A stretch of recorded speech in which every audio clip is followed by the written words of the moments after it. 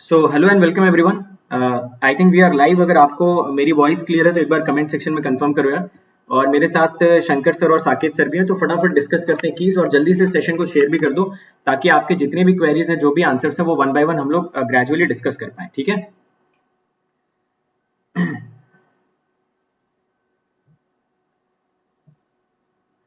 तो जल्दी से सभी लोग कंफर्म कर दो यार। और आ रही वॉइस तो एक बार Shankar sir and Saket sir, एक बार आप भी बच्चों से पूछ लो अगर आपकी वॉइस वगैरह क्लियर है तो फटाफट सेशन स्टार्ट करते हैं। सेशन को जल्दी से शेयर करो क्योंकि आपने जो साल भर मेहनत की थी उसमें अगर एक दो मार्क्स ऐड हो जाते और हमारी तरफ से कोई हेल्प हो सकती है तो वो हम करने के लिए पूरी तरीके से तैयार है। और जो भी बेस्ट पॉसिबल एक डिस्कशन होगा वो करेंगे, और जहां पे भी जेन्युइन है क्वेरीज वो हम खुद आपके एंड पे वो सारे के सारे क्वेरीज को एड्रेस करेंगे। Okay, good afternoon everyone. जो एक बार सभी लोग कंफर्म कर देंगे वॉइस क्लियर है कि नहीं मेरी। Good afternoon, everyone. I hope my voice is clear. Please confirm the voice.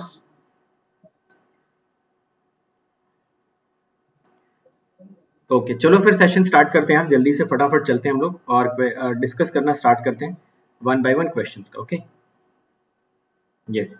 तो जैसा कि आप सभी लोग देख पा रहे हो कि मैंने अपनी स्क्रीन शेयर कर दी यहाँ पे, तो होपफुली सभी को दिख रहा है यहाँ पे। तो वन बाय वन क्वेश्चंस देखते चलते हैं और उनके आंसर्स देखते चलते हैं। तो आई थिंक एप्टीट्यूड वाले सेक्शन में आपको कोई प्रॉब्लम नहीं है, एक बार कमेंट सेक्शन में कंफर्म कर दो यार। तो डायरेक्टली हम लोग टेक्निकल क्वेश्चंस पे आ जाते हैं। तो सभी लोग बताना। आई थिंक एप्टीट्यूड में मुझे तो ऐसी कोई डिस्क्रिपेंसी दिखी नहीं, बट अगर एप्टीट्यूड में कोई क्वेश्चन में प्रॉब्लम है तो आई डोंट थिंक उसमें कोई प्रॉब्लम है। We should directly go on to the technical questions because technical questions में ज्यादा हमको प्रॉब्लम है, राइट? यस ओके, चलो यहीं से स्टार्ट करते हैं। फाइन ओके चलो, तो प्रॉब्लम्स एप्टीट्यूड में किसी को नहीं है। यहाँ से स्टार्ट करते हैं। देखो फर्स्ट क्वेश्चन जो आपका कॉन्टूर वाला दे रखा था, ये लाइव क्लास में मैंने अटेंड भी कराया था। देखते हैं आईटी ने इसका आंसर क्या दिया है। तो फर्स्ट वाले का आंसर आईटी ने दे रखा है यार ए ऑप्शन। तो आई थिंक सभी लोग इस बात से एग्री करेंगे कि फर्स्ट वाले क्वेश्चन का ए ऑप्शन ही होना चाहिए, विच इज एब्सोल्युटली करेक्ट, है ना? तो इसमें कोई दिक्कत है नहीं। सेकंड क्वेश्चन पे आ जाते हैं और जो डिस्प्यूटेड क्वेश्चन है उस पर भी हम लोग डिस्कशन करते हैं। सेकंड क्वेश्चन भी मेरे हिसाब से बिल्कुल ठीक आंसर दे रखा है, जो भी आंसर दे रखा है। सेकंड क्वेश्चन का आंसर इन्होंने बी दे रखा है और इसको भी हम लोगों ने लाइव क्लास में डायरेक्टली करके देखा था। तो इसका ऑप्शन भी बी ऑप्शन आई थिंक सभी का करेक्ट आ रहा है। ओके हाँ, आते हैं यार पीयूष, हर एक क्वेश्चंस पे आएंगे। ठीक है, तो आप लोग बस सेशन में बने रहो, सारे क्वेश्चंस पे आते हैं ना, वन बाय वन सारे क्वेश्चंस का डिस्कशन करेंगे। और ये भी मैं बोल रहा हूँ कि जो क्वेश्चंस लगेगा चैलेंज होगा वो आपके बिहाफ पे हमारी टीम चैलेंज खुद करेगी, तो वो भी आपको चिंता करने की जरूरत नहीं। ठीक है ओके चलो, थर्ड क्वेश्चन भी आई थिंक बिल्कुल ठीक है। थर्ड क्वेश्चन में भी कोई दिक्कत नहीं है। ओके फोर्थ क्वेश्चन भी मैंने चेक कर लिया, तो fourth question is also right, fifth is also right. ठीक है, और अगर आप लोग बोलो तो हम लोग क्या करते हैं कि जो क्वेश्चंस में थोड़ा थोड़ा आप लोग बोल रहे हो ना डिस्प्यूट है, पहले वो क्वेश्चंस अगर डिस्कस कर लें फिर उसके बाद वन बाय वन आंसर्स पे आते हैं। I think this will be a better way to approach, है ना? Shankar sir, what is your take on this? Yes, sir, that is fine. Saket sir? Sir ऐसा ही कर लेते हैं क्योंकि स्टूडेंट्स उसी का ही ज्यादा वेट कर रहे हैं, तो पहले बिल्कुल उस पे ही बिल्कुल चले जाते बिल्कुल हैं। ठीक है। तो जो जो क्वेश्चंस आप लोग बोल रहे हो, जैसे कि एक नाइक्विस्ट वाला क्वेश्चन था, एक ऑप्टिकल फाइबर का क्वेश्चन था और एक मैथ्स का क्वेश्चन था। ठीक है, तो एक बार आप लोग भी बता दो और आप लोग क्या चाहते हो, तो क्योंकि जैसा आप लोग बोलोगे वैसा हम लोग कर लेंगे। क्वेश्चन वन बाय वन अगर आप चाहते हो जाए, या फिर जो क्वेश्चन में आपको लग रहा है कि यार डिस्प्यूट है सर, पहले उसको कर दो और डिस्कस, फिर हम लोग बाकी सारे क्वेश्चन पे भी वन बाय वन आते हैं कि कौन से आंसर करेक्ट होने चाहिए थे। Okay 20 we need to start, sir. Question हाँ number sir, 20. Question number 20. 20 okay yes sir. तो आई थिंक ये Yes. शंकर सर का क्वेश्चन है, तो सर बताने वाले हैं, सभी लोग सुन लो। और जो आपकी क्वेरीज है ना जल्दी से कमेंट सेक्शन में बोलते जाओ और शेयर भी करते जाओ यार, ताकि सबको पता चल जाए ऐसा डिस्कशन चल रहा है, ताकि आप भी थोड़ा रिलैक्स हो जाओ अपने लेवल पे, क्योंकि एक्सपर्ट्स यहाँ पे जब आंसर देंगे तो वो आंसर आपके लिए बिल्कुल करेक्ट होगा। Yeah. So in this question, I hope most of you have done sir this. थोड़ा तेज 8-bit. बोलिए। Yeah. 8-bit unipolar ADC है ना, इसमें क्या होता है, resolution equal to V reference by 2 power n minus 1. So some people approximate into V reference by 2 power n also. So examiner जो answer दिया ना, it is V reference by 2 power n into decimal equivalent. ऐसा दिया तो exactly आपको 4.5 आएगा। 4.5 जो answer दिया examiner, so that is coming because of V reference by 2 power n minus 1 का जगह पे n ले लिया examiner. But don't worry, 2 power n minus 1 ले लिया तो भी आपको 4.517 आएगा, इसको भी आपको मार्क्स मिलेगा। If required, definitely we can challenge that, not an issue. But I hope because rounded to one decimal 4.5 तक आप right लिखा ना, so I don't think you will lose any marks in this. तो देखो sir का बोलना है कि अगर आपने 4.517 ले रखा है और आईटी ने देखते हैं इस पे आई थिंक 4.5 उन्होंने बस दे रखा है, तो वो फर्स्ट डेसिमल पॉइंट तक कंसिडर करेंगे, कोई प्रॉब्लम वाली बात नहीं है ना। अगर आपने 4.517 भी लिख दिया है तो मतलब वो फर्स्ट डेसिमल अगर आपका करेक्ट है तो भी इसमें आपको आंसर मिलनी चाहिए। तो जैसा मैं देख पा रहा हूँ 20th क्वेश्चन का रेंज आईटी ने मेंशन कर रखा है 4.5 to 4.5, तो अगर आपने 517 भी लिखा है तो according to Shankar sir and according to me also you should get the complete marks in this particular question, ठीक है सर। कुछ बच्चे बोल रहे हैं तो चैलेंज भी कर सकते हैं ना? हाँ चैलेंज मतलब हम लोग अपने भी स्टूडेंट्स के बिहाफ में हम लोग चैलेंज कर देंगे एक जस्ट। बिल्कुल, अभी वो सेशन के लास्ट में एक बार देख लेंगे कि अगर इस पे बहुत ज्यादा डिस्प्यूट है तो मे बी डिनोमिनेटर में जो 2 power n - 1 का जगह पे 2 power n ले लिया तो 256 आएगा, उसमें एग्जैक्ट 4.5 आएगा। ओके वो तो अप्रोक्सीमेशन होता है, एग्जैक्ट वैल्यू तो 4.5 ठीक है। तो कुछ बच्चे बोल रहे हैं सर 4.48 उनको क्या मार्क्स मिलेंगे क्या? I don't think so sir, तो 4.48 पे नहीं मिलेगा यार। अगर आपने 4.517 लिखा हुआ है तो आपको मार्क्स मिलना चाहिए, अदरवाइज अगर इसके अलावा आपने कुछ और लिखा हुआ may be you will not get the marks, ठीक है। चलो फिर बढ़ते जाते हैं हम लोग क्वेश्चंस पे, ठीक है, 1 by 1 हम लोग चलते हैं क्वेश्चंस पे। अच्छा सर, ये 21 वाले क्वेश्चंस में मैंने बहुत सारे बच्चों का डाउट देखा। 21 में पहले आंसर देख लेते हैं क्या मेंशन कर रखा है। 21 का आंसर 2 मेंशन कर रखा है सर। बहुत सारे बच्चे इसमें बोल रहे हैं कि 21 में एवरेज पावर पूछा है तो सर हम डीसी पावर निकालेंगे। तो यार आप लोगों ने अगर ये कॉन्सेप्ट पढ़ा है तो बिल्कुल गलत कॉन्सेप्ट है। एवरेज पावर का मतलब होता है टोटल पावर आपको निकालनी चाहिए, उसमें डीसी और एसी दोनों इंक्लूड हो जाते हैं, ठीक है। तो बहुत सारे बच्चे इसमें मुझे क्वेरी पूछ रहे हैं कि सर हम इसमें आर एक्स इन्फिनिटी की वैल्यू कैलकुलेट कर लेते हैं, तो आर एक्स इन्फिनिटी 0 आ रहा है तो आंसर 0 आना चाहिए। तो मैं दो चीजें आप लोगों से बोलना चाहता हूँ। पहली चीज तो कि जब आप आर एक्स इन्फिनिटी लग के म्यू एक्स स्क्वायर कैलकुलेट करते हो ना, उसके लिए प्रोसेस का एर्गोडिक होना जरूरी होता है, ठीक है। किसी भी प्रोसेस में आप म्यू एक्स स्क्वायर में टाउ इन्फिनिटी नहीं पुट कर सकते कि आर एक्स में टाउ इन्फिनिटी पुट किया और आपका मीन का स्क्वायर आ गया। उसके लिए प्रोसेस का एर्गोडिक होना सबसे पहला क्राइटेरिया होता है। तो क्वेश्चन में जब तक एर्गोडिक मेंशन ना किया रहे तब तक आप कभी भी mu x square equal to R x infinity मत लगाया करो। इसलिए पहले भी मैंने बोला था, बाद में बोला था कि हमेशा एक अच्छे और क्वालिटी जगह से अगर आप पढ़ोगे ना तो ये छोटे छोटे डाउट्स आपको नहीं आएंगे। तो डीसी पावर नहीं होता एवरेज पावर का मतलब, एवरेज पावर में दोनों चीजें इंक्लूड हो जाती हैं, आपकी DC as well as EC, ठीक है। तो चलो इस क्वेश्चन पे भी जो डिबेट थी आई थिंक आपकी खत्म होनी चाहिए। उसके लिए एर्गोडिक, तो देखो करण ऐसा बोल भी रहे हैं एर्गोडिक, बिल्कुल सही बात है यार, उसके लिए एर्गोडिक होना मस्ट होना चाहिए, ठीक है। चलो फिर आते हैं यार 1 by 1 बढ़ते जाते हैं। हाँ सर, ये आपका क्वेश्चन आ गया सर, क्वेश्चन नंबर 25। ये आपका और मेरा कॉमन क्वेश्चन है। तो सर 25 में बताइए, बच्चों का बोलना है कि इस पे मार्क्स टू ऑल मिलना चाहिए या फिर क्या होना चाहिए? सर ये क्वेश्चन नंबर 25 में यहाँ पे मेंशन किया एक नया वर्ड जो है, बच्चों को ये जनरली पता नहीं होगा, क्रिटिकल प्रोपोगेशन एंगल। तो ये बोलना चाहिए कि सर ये नया कॉन्सेप्ट इस बार आईआईटी ने इंट्रोड्यूस किया है ऑप्टिकल फाइबर में। तो ये क्रिटिकल प्रोपोगेशन एंगल से 90 माइनस थीटा सी होता है एक्चुअली। तो सभी लोग यहाँ पे मैक्सिमम एंगल से कंफ्यूज हो रहे हैं, लेकिन मैक्सिमम एंगल एक्सेप्टेंस एंगल होता है, दैट इज करेक्ट, कि वो आपका इंटरफेस पे बनता है एयर और कोर के।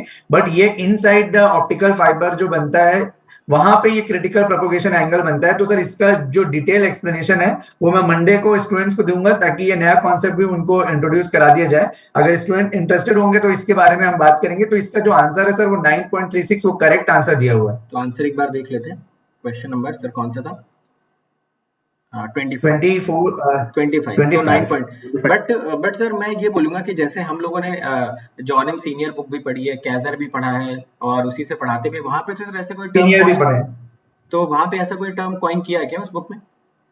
नहीं, ऐसा ये सब स्टैंडर्ड बुक्स में नहीं किया है सर, लेकिन कुछ और भी रैंडम स्टैंडर्ड बुक्स है जहां पे ये चीज को स्पेशली मेंशन किया गया। अच्छा, मतलब आप बोल रहे हैं एमटेक लेवल की जो बुक्स है उसमें शायद मेंशन किया। हाँ, एमटेक लेवल की जो बुक्स है उसमें कभी पढ़ा ही नहीं क्रिटिकल प्रोपगेशन एंगल, क्योंकि मैंने सीनियर से भी थोड़ा पढ़ा, कैजर से भी पढ़ा था, तो उसमें ऐसा कोई वर्ड मुझे दिखा नहीं, ना तो क्वेश्चंस में, ना उसमें नहीं है सर, उसमें नहीं है। ये किसी दूसरे डिफरेंट बुक्स जो एमटेक के बुक्स हैं उसमें मेंशन होगा। और इसके लिए मैं इन लोगों को, स्टूडेंट्स को ये बताना चाहता हूँ कि 9.36 करेक्ट आंसर है। तो जो लोग भी 14.14 निकाले तो वो बिल्कुल उसको आप मार्क्स डिडक्ट कर लो, क्योंकि इसमें किसी भी कंडीशन में आपको मार्क्स टू ऑल या चैलेंज करने से भी आंसर चेंज नहीं होने वाला है। तो यार ये मैं ऐसा बोलूंगा कि थोड़ा अनफॉर्चुनेट है, क्योंकि ऑब्वियसली बीटेक लेवल पे यार ये टर्म हम लोग पढ़ते नहीं है। तो एज ए टीचर भी मैंने नहीं पढ़ा था, और टू बी ऑनेस्ट ये वाला टर्म तो मे बी शायद ही कोई होगा जिसने इस क्वेश्चन को करेक्ट किया होगा। तो अगर सभी लोगों का ये क्वेश्चन गलत होता है तो मेरे ख्याल से एक लेवल प्लेइंग फील्ड ही रहेगा। बट अगेन मैं बोलूंगा कि ऐसे वर्ड्स कॉइन करने से पहले, ऐसे वर्ड यूज करने से पहले यार एक बार उनको ये भी देखना चाहिए कि जो क्वेश्चन पेपर आप बना रहे हो उसको एक बीटेक का स्टूडेंट अटेंड करने जा रहा है, ना कि वो एक एमटेक वाला अटेंड कर रहा है। तो मैं इस चीज में बिल्कुल आपके फेवर में हूँ कि ये क्वेश्चन में जो क्रिटिकल प्रोपगेशन एंगल यूज किया गया वो शायद ही किसी को पता होगा कि क्रिटिकल प्रोपगेशन एंगल 90 - 5c या 90 - थीटा सी होता है।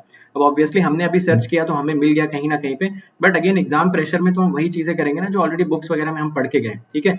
तो मेरे ख्याल से यार इसकी क्वेश्चन फ्रेमिंग थोड़ी सी बेहतर हो सकती थी, and again I am with you in this question, but इसका एमटीएफ इसका मत करना, क्योंकि इसमें आपको ना आंसर करेक्ट ही दे रखा है, और वो आंसर वो मॉडिफाई करेंगे नहीं, है ना? नहीं करेंगे, नहीं करेंगे। हाँ ठीक है, अब आते हैं अगले क्वेश्चन पे। अब देखो यार, ये क्वेश्चन आ गया क्वेश्चन नंबर 26, ठीक है। तो क्वेश्चन नंबर 26 में यार अगर आप देखो, तो अगर आप इसका सॉल्यूशन देखो, तो मैंने भी आपको बताया था यार, इसमें लोग लॉजिक क्या दे रहे हैं, मतलब जो लोग बोल रहे हैं कि आंसर सही आना चाहिए, देखते हैं आईटी ने इसका क्या आंसर दे रखा है। 26 का आंसर उन्होंने ए दे रखा है, ठीक है। 26 का आंसर उन्होंने ए दे रखा है। अब देखो इसमें लोग लॉजिक क्या दे रहे हैं, लॉजिक ये दे रहे हैं कि हम क्या करेंगे, क्योंकि यहाँ पे एक्स मेंशन किया है, ध्यान से सुन लो मेरी बात सभी लोग यार, क्योंकि यहाँ पे एक्स मेंशन किया है ना, तो हम अपर हाफ में पोल्स को कंसिडर कर लेंगे। तो मेरे भाई वो जब एक्स मेंशन किया रहता है और अपर हाफ आप कंसिडर करते हो ना, वहां पे एक्स एक रियल वेरिएबल होता है, ऊपर से जो लिमिट होती है इंटीग्रेशन की वो -∞ टू +∞ होती है। यहाँ पे अगर आप नोटिस करो ना, तो एक्स अभी भी आपका कॉम्प्लेक्स वेरिएबल है, तभी तो ये सर्कल बनेगा ना, mod of x - i = 2 अगर आप करोगे तभी ये आपका सर्कल बनेगा। और अगर x कॉम्प्लेक्स वेरिएबल है, तो यहाँ पे मैं x लिखूं, z लिखूं, p लिख दूं, m लिख दूं, k लिख दूं, जब तक ये सारे वेरिएबल्स आपके कॉम्प्लेक्स हैं तब तक आपका हमेशा वही CRT थ्योरम लगनी चाहिए। तो इसका आंसर मेरे हिसाब से बिल्कुल गलत है। जो लोग ऐसा लॉजिक दे भी रहे हैं कि हम सिर्फ और सिर्फ ऊपर वाले पोल्स कंसिडर कर लेंगे, उसके पीछे बहुत सारी रिस्ट्रिक्शंस होती है, मैंने आपको सॉल्यूशन में भी बताया था। तो आप डायरेक्टली वो वाली थ्योरम नहीं लगा सकते हो, ठीक है। तो मेरे ख्याल से 26 क्वेश्चन बिल्कुल चैलेंज होना चाहिए, इसका आंसर बिल्कुल गलत दे रखा है, और आपके बिहाफ पे ये क्वेश्चन हमारी टीम हम लोग मिलकर चैलेंज करेंगे, इसमें कोई चिंता वाली बात नहीं। तो इस क्वेश्चन में तो मैं टोटली आपके साथ एग्री करता हूँ, दिस क्वेश्चन इज ऑप्शंस इसमें इनकरेक्ट दे रखे हैं, ठीक है, ठीक है ना।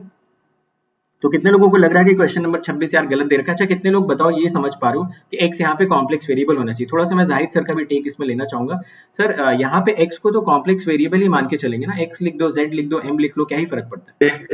एग्जैक्टली सर, एग्जैक्टली, क्योंकि यहाँ पर जो बात दे रहा है वो ये बोल रहा है कि mod of x - iota बिल्कुल बिल्कुल इक्वल टू, तो इसका बेसिक सेंस ही ये है कि अब x को अगर मैं आयोटा के साथ में, अगर सर जैसे एक और बात मैं इनपुट करना चाहूंगा कि अगर ये x को रियल मानता तो उसके उस पर्टिकुलर केस के अंदर तो फिर ये x एक रियल क्वांटिटी हो जाती और आयोटा एक इमेजिनरी वाला पार्ट होता, तो उसकी वैल्यू तो √(x² + 1 होता, और √(x² + 1 = 2 आ जाता, तो x² + 1 = 4 हो जाता, तो x की वैल्यू ये कंस्ट्रेंट कर देता, कन्फाइन कर देता प्लस और -√3 के ऊपर। सही बात तो है, ये तो बहुत, और उस केस में सर कॉन्टूर भी क्लोज नहीं बनता, एग्जैक्टली लाइन बन जाती उसके बाद में कॉन्टूर अगर क्लोज नहीं, बिल्कुल बिल्कुल करेक्ट है सर। हाँ बिल्कुल बिल्कुल ठीक है। तो देखो 26 पे यार बिल्कुल पूरी टीम बोल रही है, जाहिद सर बोल रहे हैं, मैं भी बोल रहा हूँ कि अगर कोई ऐसा बता रहा है अपर हाफ कंसिडर करेंगे, बिल्कुल इलॉजिकल एक्सप्लेनेशन है, उसके पीछे बहुत सारी कंस्ट्रेंट्स होती हैं। मैंने जो यूट्यूब पे आपको सॉल्यूशन कराया था तो वहाँ पे मैंने बताया था कौन कौन सी कंस्ट्रेंट्स होती है, लिमिट क्या होनी चाहिए, एक्स एक रियल वेरिएबल होना चाहिए, इनफैक्ट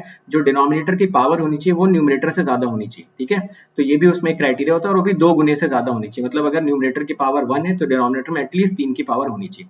तो ये सारी रिस्ट्रिक्शंस मैंने आपको बताई थी।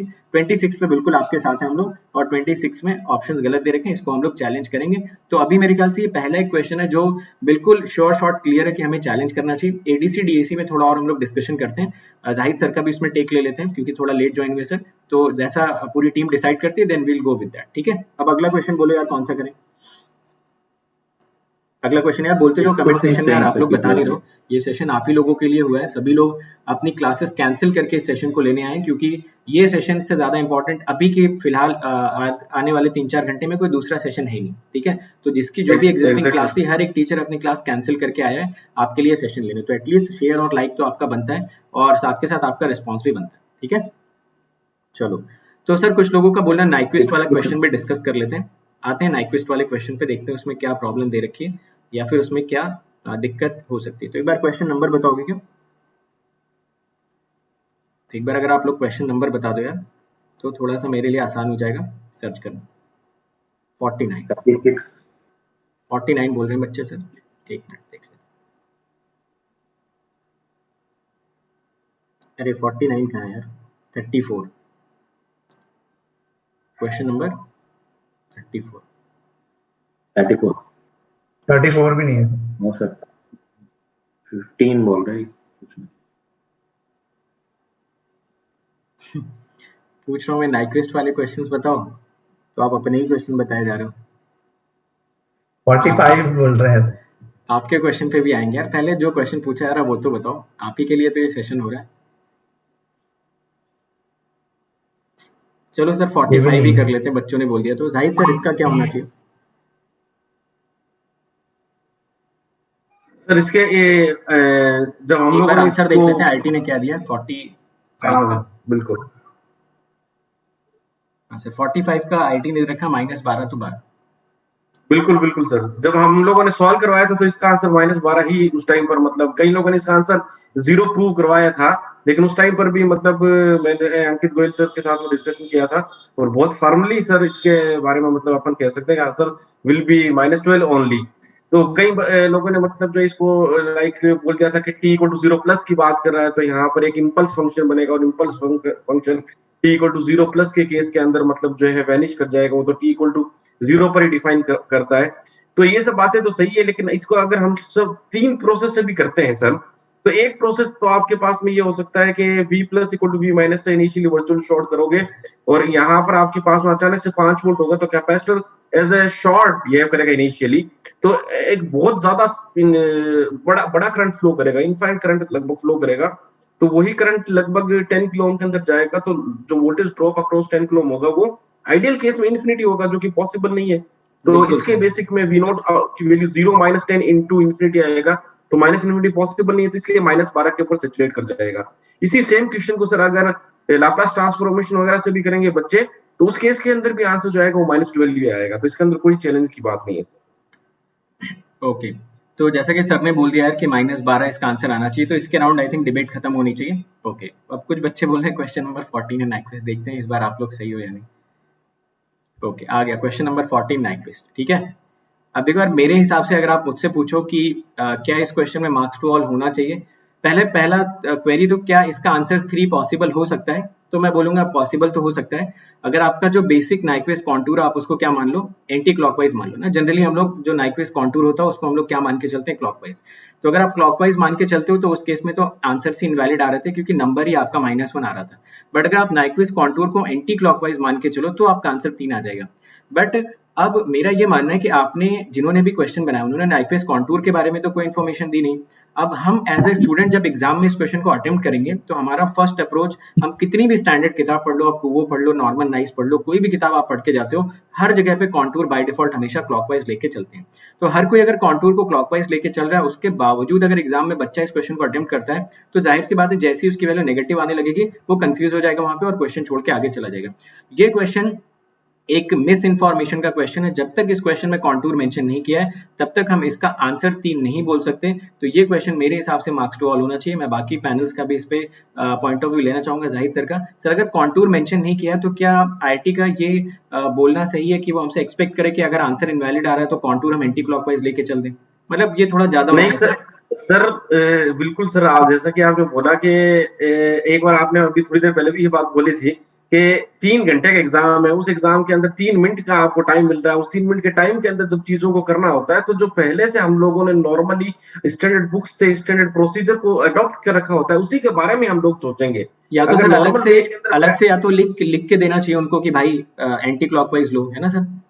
हाँ बिल्कुल, या तो अलग से लिख करके दे देता एंटी क्लॉकवाइज लो, या फिर उस टाइप की कुछ इन्फॉर्मेशन दे देता कि कॉन्टूर मे टेक एनीथिंग, इस टाइप से कुछ एक्स्ट्रा डेटा जब होता तब माइंड में फीड कर सकता है। अदरवाइज नॉर्मल वे के अंदर कोई भी नॉर्मल स्टूडेंट, इनफैक्ट जो फैकल्टी टीम है, अगर अपन बात करेंगे तो नॉर्मल प्रोसीजर उसी को फॉलो करेंगे। तो पता नहीं आईआईटी ने इस बार मतलब के पेपर के अंदर क्यों इस टाइप की चीजों को किया है। कंट्रोल के क्वेश्चन में तो हद कर दी सर, इसी में भी इलेक्ट्रिकल में भी, दोनों जगह पे हद हो गई। मतलब कंट्रोल के इतने गलत क्वेश्चंस फ्रेम हो या फिर इतने लेस इन्फॉर्मेशन वाले क्वेश्चंस फ्रेम करना, यार मेरे ख्याल से इसमें मार्क्स टू ऑल होना चाहिए, ठीक है। तो इसको भी करेंगे चैलेंज, चिंता वाली कोई बात नहीं। मेरे हिसाब से तो होना चाहिए, क्योंकि ये ज्यादा ही हो गया। मतलब इतना आप कैसे एक्सपेक्ट करोगे कि क्लॉकवाइज से बच्चा करे फिर गलत करे वहां पे, फिर एंटी क्लॉकवाइज सोचे, इतने में वो कॉन्फिडेंस लूज डाउन कर जाएगा, फिर उसके पास कहाँ दिमाग बचेगा। वो इनफैक्ट ऑप्शंस को बार-बार रीचेक करने लग जाएगा, खुद की कैलकुलेशन को रीचेक करने लग जाएगा उस टाइम पर वहां पर। और मैं तो कहता हूँ सर, अगर एंटी क्लॉकवाइज करके किसी ने 3 निकाला भी होगा ना, तो वो भी डर के मारे लगाएगा ही नहीं कि पता नहीं यार ये 3 में लगाऊं या नहीं लगाऊं। तो ये भी तो सर एक पॉइंट होना चाहिए। तो मैं शंकर सर का भी पॉइंट ऑफ व्यू लेना चाहूंगा। सर क्वेश्चंस पे तो नहीं, बट मैं ये पूछ रहा हूँ कि अगर क्वेश्चन की फ्रेमिंग ही बहुत ज्यादा डिस्प्यूटेड है, या क्वेश्चन की फ्रेमिंग उन्होंने बहुत डिस्क्रिपेंसी है फ्रेमिंग में, तो मान लो बच्चा अगर सोच भी लेता वहां तक, तो क्या वो कॉन्फिडेंस के साथ आंसर मैच कर पाएगा क्या? यस सर, डेफिनेटली ये तो बहुत प्रॉब्लम है sir, actually it is seen in the previous years also, थोड़ा सा क्लैरिटी देना चाहिए सर क्वेश्चन पे, क्योंकि they should also understand that they are in the 3 hours with all pressure, even though even they come out of the examination also, the question must be framed in a proper way. If they give more information, nothing is losing. So let them give proper information so that every single student, ultimately they are testing the subject only. Subject test करने के लिए question can be tricky but need not be compact. They can elaborate the question, they can give the proper instructions to the student. That is the right way to test their knowledge. Exactly sir. तो Saket sir आपको भी point of view में लेना चाहूंगा, जैसे अभी हमने optical fibre का एक क्वेश्चन देखा, एक क्वेश्चन नाइक्विस्ट का आ गया, मतलब इनके सॉल्यूशंस तो निकाले जा सकते हैं, सही है, ऐसा नहीं बोला जा रहा क्वेश्चन गलत है, क्वेश्चन कुछ ना कुछ करके आंसर, बट बच्चा एग्जाम हॉल में कैसे ये चीज सोच पाएगा कि जो मैं सोच पा रहा हूँ क्या वो सही भी है नहीं, क्योंकि ये ट्रेंड से हट के पूछ रहे हो आप, आपने कॉन्टूर ही अलग कर दिया, आपने एक नया टर्म ही इंट्रोड्यूस कर दिया जो कि किसी स्टैंडर्ड बुक में ही प्रेजेंट नहीं है. बच्चा ज्यादा से ज्यादा क्या करेगा, ज्यादा से ज्यादा वो सीनियर बुक फॉलो करेगा, जॉन एम सीनियर, और अगर उसमें ऐसा कोई टर्म ही नहीं पॉइंट है, बच्चा ज्यादा से ज्यादा कुवो फॉलो करेगा, नॉर्मन नाइस करेगा, जो बहुत ही हाई फाई स्टैंडर्ड बुक्स हैं उसमें ऐसा कोई कंसेप्ट दे नहीं रखा है. तो मतलब इसके पीछे लॉजिक क्या हो सकता है, क्या इसको हम एक इररिस्पॉन्सिबल क्वेश्चन फ्रेमिंग मान सकते हैं या बहुत कैजुअल अप्रोच मान सकते हैं आपके हिसाब से, कि आप तो आईटीएन हो, तो आपके हिसाब से क्या होना चाहिए सर? सर बिल्कुल ये बात तो सही है, क्योंकि ऐसे टाइप के क्वेश्चन फ्रेमिंग में स्टूडेंट्स का जो टाइम बहुत ज्यादा किल होता है और उसके कारण उसके पूरे बाकी के क्वेश्चंस में उसका इम्पैक्ट पड़ता है और उसकी वजह से वो कंप्लीटली डिमोटिवेट हो जाता है, डिप्रेस हो जाता है. तो ये बहुत ही इनकरेक्ट वे है क्वेश्चन फ्रेम करने का, क्योंकि आईआईटी हमेशा इस बात से जाना जाता है कि वो हमेशा हर चीज को प्रॉपरली मेंशन करके क्वेश्चंस पूछते हैं. लेकिन ये जो अभी टेंडेंसी आ गई है कि रैंडमली कुछ क्वेश्चन पूछना और हर चीज प्रॉपर मेंशन ना करना, क्योंकि छोटी छोटी वैल्यू भी हमेशा आईआईटी मेंशन करते आया है, लेकिन इस साल के जो क्वेश्चन पेपर आए हैं, चाहे इलेक्ट्रिकल हो चाहे ईसी हो, दोनों में ही मतलब बहुत ज्यादा इररिलेवेंट तरीके से क्वेश्चन फ्रेमिंग की गई है, जिसकी वजह से स्टूडेंट्स काफी परेशान हो रहे हैं. और अब मतलब कई लोगों का सिर्फ एक दो क्वेश्चन की वजह से, जैसे कि स्टार्टिंग में ये क्वेश्चन है, तो मेरे को लगता है कि आगे के जो 25, 30, 50 क्वेश्चंस होंगे उसको अटेम्प्ट करने में बहुत ज्यादा डिफिकल्टी आएगी, कॉन्फिडेंस लूज डाउन होगा. ये काफी सही बात बोली सर, क्योंकि शुरुआत में अगर कॉन्फिडेंस, हाँ सर बोलिए. एक चीज मैं भी एडप्ट करना चाहूंगा सर, वॉइस आ रही है सर? हाँ सर आ रही, बोलिए. हाँ बिल्कुल, एक चीज मैं भी एडप्ट करना चाहूंगा सर, जैसे इनफैक्ट अगर आईआईटी जो है किसी भी पर्टिकुलर क्वेश्चन को चैलेंज किया और उस चैलेंज को एक्सेप्ट भी कर लिया और मार्क्स टू ऑल भी दे दिए, तो भी ये जस्टिस नहीं हो सकता. इसलिए नहीं हो सकता सर ये कि मान लीजिए कि कोई इसी के पेपर सेट के अंदर ये क्वेश्चन था 20th और उसी क्वेश्चन को वो अटेम्प्ट करने के अंदर एकदम फंसा हुआ रहा, 5 मिनट उसने लगा दिए, 6 मिनट उसने लगा दिए, तो चलो मार्क्स तो मिल गया. और सेम ये अगर मान लो किसी का लास्ट के अंदर होता है और उसी पर आता ही नहीं, तो उसका टाइम तो सेव हो गया था ना उस बंदे का, तो उस बंदे का टाइम सेव हो गया और इस बंदे का टाइम वेस्ट हो गया. तो ये एक बहुत इंपॉर्टेंट पॉइंट है सर. अगर आप ऐसे 3-4 क्वेश्चन के अंदर हो जाएगा तो उस बच्चे की तो बेचारी की जो रैंक है, जो रैंक कहाँ से कहाँ पर एक्चुअल में आईआईटी ने कहाँ से कहाँ पहुंचा दी रैंक उसकी. तो ये मेरे हिसाब से एक वैलिड पॉइंट है. बिल्कुल, ये तो मैं जाहिद सर की बात से एग्री करता हूँ, और बहुत सारे सेशंस में मैंने आपको बोला भी है कि चलो मार्क्स से आईटी आपको कंपनसेट कर देगी, बट जो एग्जाम हॉल में आपका कॉन्फिडेंस लूज हुआ, जो आपका मेंटल एक इम्बैलेंस बिगड़ा वहां पे, उसका कंपनसेशन तो है ही नहीं ना. आप थोड़ी माप सकते हो कि मेरा 50 ग्राम का मेंटल इम्बैलेंस हो गया था या मैं 50 ग्राम कॉन्फिडेंस लूज कर गया था, तो उसका तो कोई पैरामीटर ही नहीं है, उसको आप मेजर ही नहीं कर सकते हो, तो उसका कंपनसेशन कहाँ से मिलेगा, मतलब कौन कर सकता है, पॉसिबल ही नहीं है ना. मार्क्स तो चलो दे देंगे, चलो कंसिडर करके मार्क्स दे दे, बट वो जो पॉइंट है ना वो यार थोड़ा सा होना चाहिए. चलो 1 by 1 क्वेश्चन पे आते हैं. तो आई थिंक 15 क्वेश्चन में कोई डाउट नहीं होना चाहिए, ठीक है, 15 क्वेश्चन में कोई डाउट नहीं है. तो जो भी क्वेश्चन बीच में आपको मिले ना, आप फटाफट बता देना, उस पर हम लोग डिस्कस करेंगे ना, क्योंकि बीच में हम टाइम वेस्ट नहीं करना चाहते, जो आपकी क्वेरी उसी पे आना चाहते हैं. 16 is also correct, 17 is also correct, 18 भी ठीक है, ये सब मैंने ऑलरेडी देख रखे ना, इसलिए मैं आपको बता रहा हूँ. 19 भी ठीक है. 20th के अराउंड अभी शंकर सर ने बोला कि इस पे अभी थोड़ा सा डिस्कशन और करते हैं और इस पे बाकी टीचर्स का भी थोड़ा पॉइंट ऑफ व्यू लेते हैं, तो 20th क्वेश्चन पे थोड़ा बाद में और आते हैं, ठीक है. चलो बताते जाओ. 21 क्वेश्चन में मैंने बता दिया, जो लोग म्यू स्क्वायर बोल रहे हैं, पहली चीज तो वो एवरेज पावर नहीं समझ पा रहे हैं और एर्गोडिसिटी वाली प्रॉब्लम उसमें आ रही है. क्वेश्चन नंबर 22 बिल्कुल ठीक है सर. 23 में भी बच्चों का कुछ डाउट आ रहा है. 23 में क्या दिक्कत है साकिब सर? 23 में नहीं है, एफएम वाले क्वेश्चंस में आ रहा है कि कई स्टूडेंट ने जो उसका जो, क्योंकि 6 डिजिट 7 डिजिट का आंसर आ गया था ना, तो उसकी वजह से उसमें दिक्कत आ रही है स्टूडेंट्स को. कई लोगों ने 312, हाँ वो क्वेश्चन ठीक था सर, 313 आ रहा था, बट कई स्टूडेंट का 312 भी आया है. अच्छा ठीक है, तो 25 के बारे में भी हो गया कि ये नया टर्म कॉइन हुआ था, तो इसका सॉल्यूशन जिसने भी दिया था, जो हम लोगों ने भी दिया था, वो हमारे एंड पे भी फॉल्ट थी इसके सॉल्यूशन में, और जैसा हमने बोला कि इसको हम लोग करेक्ट करेंगे क्योंकि ये टर्म नया था, इस टर्म के बारे में ज़्यादा इन्फॉर्मेशन थी नहीं उस टाइम पे, तो let us correct this question और फिर आगे से इस टर्म्स को याद रखते हैं, ठीक है। 26 पे मैंने बता दिया मार्क्स टू ऑल करेंगे ही करेंगे। 27 में क्या प्रॉब्लम है यार? 27 तो ठीक है, 27 में क्या दिक्कत? सॉल्यूशंस जाके देखो है ना, जो डिस्प्यूटेड क्वेश्चन उसी पे डिस्कस करें तो ज़्यादा सही मेरे ख्याल से। चलो 29 भी करेक्ट है, हाँ ओके। 25-26 पे डिस्कशन हो चुका है यार, कौन पूछ रहा है 25-26? हर्षित, एक बार वीडियो को आप पीछे जाके देखो, ऑलरेडी उस पर डिस्कशन हो चुका है, ठीक है। क्वेश्चन नंबर 31 में शंकर सर कोई डिस्प्यूटेड पॉइंट कुछ, is it correct? No, correct. Correct, We have already discussed this in the class also. Fine.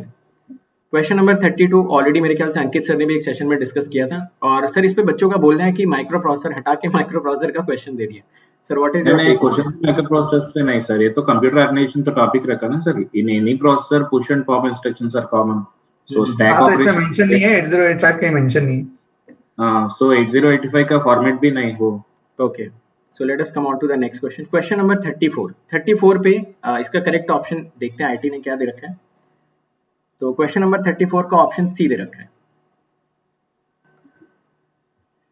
तो सर इस पे क्या कमेंट करें 34 पे? मेरे ख्याल से क्वेश्चन फ्रेमिंग थोड़ी सी एम्बिगुअस है इसमें, है ना? हाँ। कुछ कहीं से भी कुछ भी लॉजिक बैठ नहीं रहा इसमें, बट इसका डिटेल सॉल्यूशन सर देंगे हम लोग, मिलके कर लेंगे कोई सा एक सेशन। तो यार इसकी क्वेश्चन फ्रेमिंग थोड़ी सी एम्बिगुअस है ना, थोड़ी सी एम्बिगुअस है, मतलब क्योंकि इसमें ना कोई भी आपकी जनरेटर मैट्रिक्स अपनी प्रॉपर्टी को सेटिस्फाई नहीं कर पा रही है, और कोई भी आपका जो पैरिटी चेक मैट्रिक्स है वो भी सेटिस्फाई नहीं कर पा रहा है, बेसिक एग्जॉर से भी नहीं लग रहा है, तो इसमें यार थोड़ा सा क्वेश्चन फ्रेमिंग में डाउट है। क्वेश्चन नंबर 34 पे थोड़ा सा डिस्कशन और बनता है। Now let us come on to the next question. 35 already Saket sir ने आपका करवा दिया था, है ना? चलो 35 में भी कोई प्रॉब्लम नहीं है। 36 तो मैंने ही करवाया था, 37 भी साकेत सर और मैंने दोनों लोगों ने करवाया था, 38 में भी कोई दिक्कत नहीं, 39 मैंने कराया था, करेक्ट है, 40, 41 ये सब तो मैंने कराया था, ये करेक्ट है, ठीक है। देखते हैं बच्चों का सर एक और डाउट आ रहा है, 42 में भी सर बच्चे कुछ बोल रहे हैं कि 42 में कोई प्रॉब्लम है क्या Zahid sir? Sir question number 42 का क्या आंसर दिया है इसने? आंसर 8 पॉइंट समथिंग आंसर दिया है। आईटी ने आंसर दे रखा 8.1 से 8.4। करेक्ट है सर, करेक्ट है, पूरा सॉल्यूशन कराया था इसका, बिल्कुल ठीक है, ये बिल्कुल ठीक है, ठीक है, तो इसमें कोई डाउट है नहीं। अब आते हैं क्वेश्चन नंबर, कौन सा बोल रहा हूँ, 48, ठीक है। तो क्वेश्चन नंबर सर 48 पे बच्चों का कुछ बोलना है, so let us come on to the question number 48। ये 48 तो हो गया था यार, 48 में क्या डिस्कस करना है, 48 पे ऑलरेडी डिस्कशन हो चुका है। 49 तो ये 49 वाला था। हाँ 49 बताइए सर।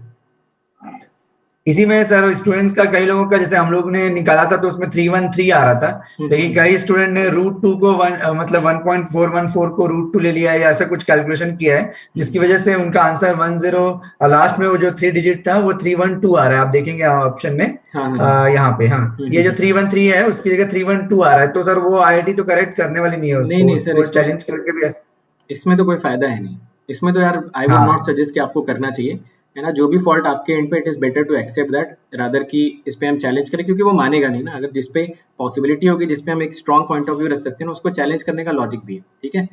चलो तो अब आते हैं अगले क्वेश्चन पे। सुपर हेट्रोडाइन वाला भी हो गया था, ये क्वेश्चन नंबर 51 भी सबका हो गया था। क्वेश्चन नंबर 52 में भी सर कुछ बच्चों का डाउट आ रहा है, एक बार देखते हैं आईटी ने आंसर क्या दिया। 52 में आंसर 30.70 टू 30.74। सर आपके हिसाब से आंसर क्या होना चाहिए? 30.72 आया था अपना, ठीक है ना, ये ठीक है सर, ओके हाँ ठीक है। 30.7 54 55 भी यार खत्म हो गया, ठीक है। तो मेरे ख्याल से यार पूरा का पूरा पेपर डिस्कस हो गया। कुछ लोग क्वेश्चन नंबर 52 बोल रहे हैं, 52 भी देख लेते हैं यार आपके हिसाब से। कई लोगों का 30.77 आया, बट वो नहीं। क्वेश्चन नंबर 52 इज करेक्ट यार, okay fine. And one more question 33 एक बार और डिस्कस कर लेते हैं सर, और आई थिंक हमने सारे डिस्प्यूटेड क्वेश्चंस आपके डिस्कस कर दिए, और जो भी हमें लग रहा है मार्क्स टू ऑल है उस पर हम एक बार और डिस्कशन कर सकते हैं, क्योंकि टाइम अपने पास कम बचा हुआ है ना, 6 मिनट्स बचे हुए, तो 6 मिनट्स में हमें खत्म करना है। हाँ सर ये बताना 33 में Shankar sir, any doubt in this? Let us, अच्छा ये कंट्रोल का क्वेश्चन है, 33 का दे रखा है डी। तो 33 अगर किसी ने सॉल्व किया हो, मैंने ये क्वेश्चन सॉल्व तो नहीं किया, बट साहिद सर आपने किया था क्या ये क्वेश्चन 33?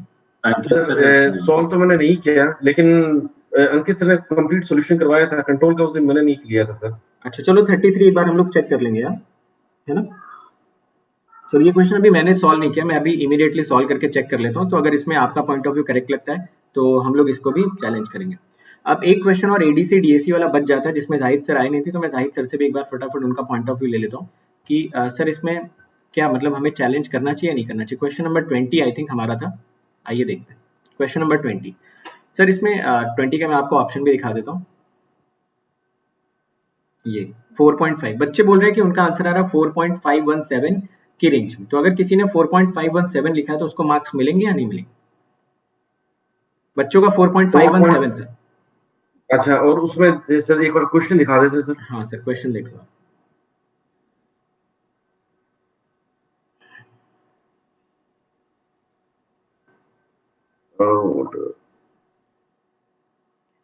मतलब सर इसमें अगर v reference upon 2 power n ले तो शायद एग्जैक्टली 4.5 आ रहा है, और 2 पावर n माइनस 1 लेंगे तो शायद 4.517 ऐसा कुछ आ रहा है। ठीक है, अब इसमें कहीं r to r लैडर वगैरह तो मेंशन करा नहीं है, तो अगर ऐसा कुछ इसमें मेंशन नहीं करा तो हमें 2 पावर n माइनस 1 ही शायद जनरली लेके चलना चाहिए। 2 की पावर n माइनस 1, क्योंकि नंबर ऑफ स्टेप्स तो उतनी होती है, 2 रेस्ट पावर n माइनस 1 ही लेकर के चलना चाहिए, तो 4.517 वाला ही रहेगा सर। मतलब अगर 4.517 लगा दिया और इन्होंने 4.5 दिया तो मार्क्स तो मिलेंगे ना सर, क्योंकि फर्स्ट पॉइंट तक तो आंसर करेक्ट ही है सर। लेकिन वो मार्क्स तो जैसे अगर किसी बच्चे ने 4.517 लिया है तो इसने राउंडेड ऑफ, हाँ बिल्कुल rounded off to 1 decimal place दिया हुआ है, ठीक है। तो मेरे ख्याल से एक बार इसको चैलेंज कर देना चाहिए, क्योंकि उन्होंने 2 पावर n लिया है तो उनको बताना चाहिए कि हमें 2 पावर n माइनस 1 लेना चाहिए, या तो आप फिर r to r लैडर वगैरह मेंशन करो तो हम सोच सकते हैं कि भाई हमें 2 पावर n लेना है, अदरवाइज तो हम नंबर ऑफ स्टेप से ही जाएंगे। बिल्कुल बिल्कुल सर, है ना सर। ठीक है चलो यार, तो आई थिंक सारे क्वेश्चन डिस्कस हो गए यार, तो आप लोग बिल्कुल चिंता मत करो, ठीक है। एक दो जो क्वेश्चंस आप सर एक बार कंक्लूड कर दो। हाँ मैं कंक्लूड कर दूं। कौन से क्वेश्चन में चैलेंज करेंगे हम कंक्लूड तो देखो कौन से क्वेश्चंस में बिल्कुल स्ट्रेट फॉरवर्ड है कि यार चैलेंज करना ही करना है। एक तो नाइक्विस्ट वाले में करना है, एक डीएसी एडीसी भी फाइनल हो गया कि करने ही वाले चैलेंज इस पे, क्योंकि इस पे भी थोड़ा सा डिस्प्यूट तो है। तीसरा जो क्वेश्चन आपका वो कॉम्प्लेक्स इंटीग्रेशन वाला, ये तीसरा क्वेश्चन। ये 3 क्वेश्चन में पूरी की पूरी पैनल, पूरी की पूरी टीम बिल्कुल सेटिस्फाइड है कि ये 3 क्वेश्चन जाने ही जाने चाहिए। रही बात आपकी कंट्रोलेबल ऑब्जर्वेबल वाली, तो वो क्वेश्चन मैं अभी देख लेता हूँ, जाहिद सर भी देख लेते हैं, उस पर जो भी फाइनल डिस्कशन होगा, अगर लगता है कि उसमें डी ऑप्शन करेक्ट है तो नहीं, अगर लगता है उसमें कोई डाउट है तो ऑब्वियसली हम उस पर करने जा रहे हैं। ठीक है, तो आप लोग बताओ यार क्या आप लोग सेटिस्फाइड हो इस पार्ट से? यार हैमिंग कोड वाले क्वेश्चन की फ्रेमिंग करेक्ट नहीं है, तो उस क्वेश्चन को as of now we are not able to perceive कि उस क्वेश्चन में करना क्या है, क्योंकि उसमें कोई भी चीज कहीं से भी फिट बैठ ही नहीं रही है। अब उसमें एग्जैक्टली कौन सा लॉजिक लगेगा, जैसे अब उन्होंने कोई नया टर्म इंट्रोड्यूस कर दिया ना, क्रिटिकल प्रोपगेशन एंगल, तो हो सकता है उसमें भी कोई नया ही लॉजिक इंट्रोड्यूस कर दिया हो। तो अगेन हैमिंग कोड वाला आंसर अभी के लिए तो हमें करेक्ट मानना पड़ेगा, बिकॉज उसका जो प्रोसेस है उसमें क्या वो पूछना चाहते हैं, क्या बताना चाहते हैं, जैसा मैंने बोला ना, क्वेश्चन की फ्रेमिंग थोड़ी सी यार बहुत एम्बिगुअस है, मतलब उसको प्रोसेस कर पाना थोड़ा सा मुश्किल हो रहा है। ठीक है फाइन, तो आई थिंक ये 3 क्वेश्चन आई होप आप सभी लोगों को समझ आ रहा है कि क्वेश्चन नंबर 6 करेक्ट है यार, क्वेश्चन नंबर 6 में कोई डाउट नहीं है ना। तो देखो अगर आपने लॉजिक गलत लगाया, जैसे कुछ लोग बोल रहे हैं कि ऑटो कोरिलेशन वाले में सर आंसर 0 करवा दो, तो यार जब लॉजिक गलत लगाया तो 0 कहाँ से करवा दे सर? इसमें आंसर क्वेश्चन नंबर 6 का आंसर आईटी ने जो दे रखा है वो बिल्कुल ठीक दिया यार आंसर। इसमें क्वेश्चन नंबर 6 का आंसर दे रखा है सी। सर एक बार देखना सर, ये क्वेश्चन नंबर 6 आप ऊपर वाले में देख लिया क्या आपने? 1 to 10 में देखा है क्या सर? आप एक वापस देख लीजिए। एक सेकंड नीचे देखना होगा ना सर, डी है सर इसका ऑप्शन डी। हाँ सर वो ऑप्शन दिखा देते। ये 2 into करेक्ट है सर, कोई दिक्कत नहीं है, बिल्कुल करेक्ट ऑप्शन है ना। ठीक है चलो यार, फिर मेरा ये सेशन का टाइम खत्म हो रहा है ना। वैसे मैं चाह तो रहा था आपसे और डिस्कस करूं, बट अभी सेशन का सिर्फ और सिर्फ 1 मिनट टाइम बचा हुआ है।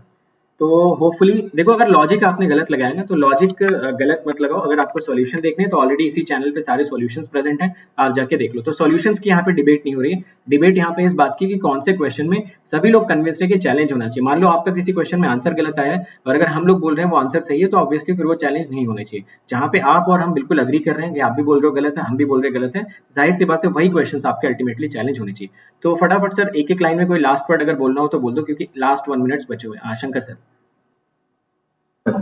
So no need to worry about the things. Whichever you deserve for the marks, definitely we'll work for it. We'll fight for it. Thank you. Saket sir.